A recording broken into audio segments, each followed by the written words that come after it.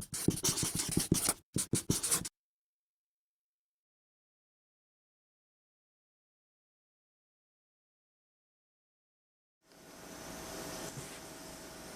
there, welcome back everyone. I think we've all had a scenario with ferns. I think most of us love ferns, and they get to a point where they just get a little worse for wear. Maybe you put it in a too sunny of a spot, or you forgot to water it for like 3 or 4 weeks, and or it's in a really dry location and it just gets all yucky. Well, we've all been in a scenario like this. Well, I just have to say that don't throw them out. They will come back. They will be beautiful again if you look after them right. I have not looked after this one right. As you can see, it's been in my bathroom, and you would think that being near so much water, I would look after it right. No, that is not the case, as you can see. This plant has dried out every week since I got it.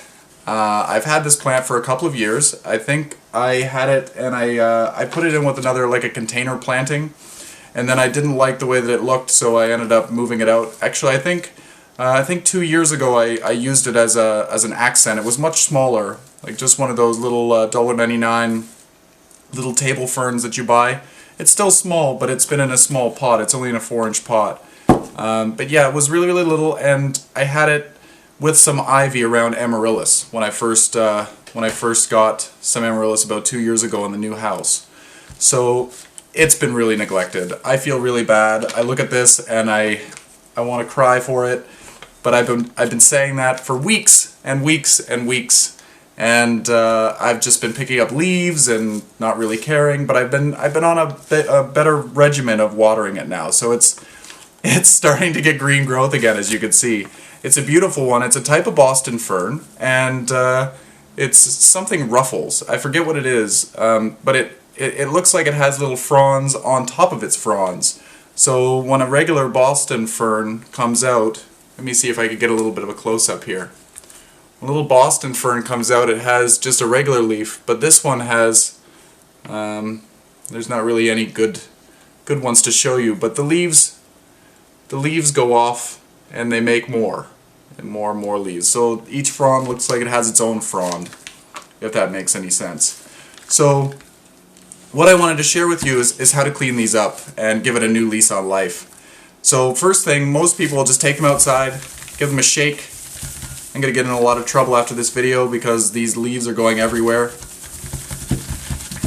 If you give it a shake, all of those dead leaves will come off. You're just going to go in and you can pull all of these brown, curly, leafless lovelies out of there. Make sure to get some from the base too. I like to go in with some scissors, some trusty scissors, and just cut things back a little bit. You're not going to kill anything by cutting it back. It will send out new growth, so don't be afraid. Leave some growth on it because we want to be nice. But if you wanted to, you could really trim this right down to the ground, just like you would mow your lawn. And it'll take a little bit more time, but it will come back. And then you won't have all this yucky dead yuck.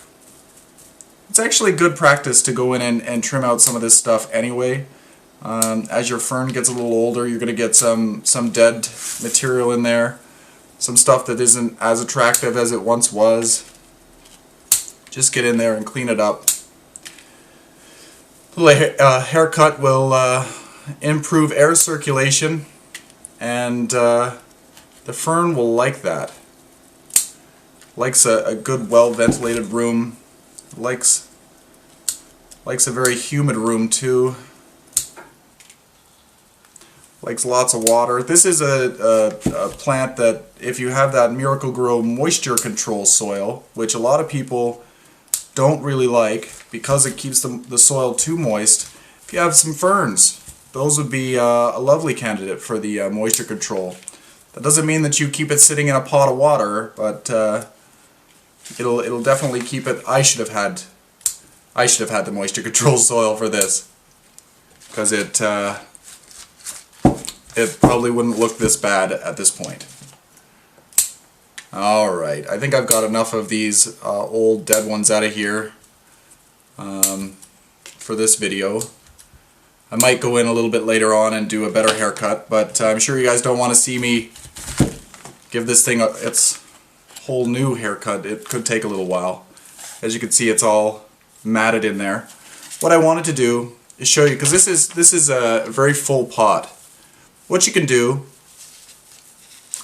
is take it out of its pot. As you notice, I've been watering it very well. There's a lot of brown roots in there, not a very good example on what it's supposed to look like. But as you could probably see there, the thing is a mat of leaves, of roots, and it's not going to hurt the fern as long as it stays constantly moist. But you'll find that when it really packs itself in there, it's only maybe 2 days and then it's dry again, and you feel like you're not getting any headway. You're like, I just watered it yesterday, why are you so dry? It's because of these roots. They really soak up the moisture. So what you can do, take a trusty knife. Here, I'll move it this way so that you can better see it. I'm just going to cut it in half, just with a knife, all the way through. Now, as you can see, we got 2 plants. How fantastic is that? If you want to, you could cut it down the center again and have yourself 4 plants. Why not? But for this instance, I don't need 4 plants. I'm just going to repot these up, and I'm going to make myself 2 plants. The beauty of this is it was drying out so quickly before, because it didn't have a lot of space for the roots to roam, and the soil would dry out so quickly because of that. If I cut it in half and give it new soil, the new soil is going to stay more moist than the soil that was already in there. So I'm just using a basic all-purpose soil, as I always do. I did add some vermiculite in there. Vermiculite tends to hold on to moisture. So we're just going to pack this in around the roots. It might look a little sad now, but don't worry. Don't worry. In a couple of weeks' time, under some nice sunny light, or under a grow light in front of a good window, it'll start to grow so fast, so fast. So we'll pot this one up. This is the one that's going to go back into my bathroom. It's a little bit more full. Don't really have a lot of space in my bathroom. I wish I had more. Actually, if I had more space, that would mean more plants. And really, how many more do I need? It's a trick question, I know. You guys are out there saying, you need as many as you can fit in your house. We all seem to have that problem, don't we? Where people don't understand if they're not plant lovers. Surround yourself with them, holy crow. True plant lovers know it. I have plants in every room in my house, and I love it. Other people might not, but I try to make it look as tasteful as possible, but gotta have plants. Keep the air clean. Ooh. So this one doesn't look so bad. It's got a nice new soil around its root system, so it's going to be happier.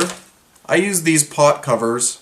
Just pop it in there, and I'll fill this up with some water, maybe 1/3 of the way with water, and then let it soak it up from the bottom. I find that waters it best. This one I will do the same thing. Ferns, again, like to be moist all the time, not sopping wet, but moist. So keep that in mind, and yeah. Don't throw out your plants just because they start to look a little sad. That's the time to give them a little bit more love. Anyway, join me on Facebook. I'm just doing a blog.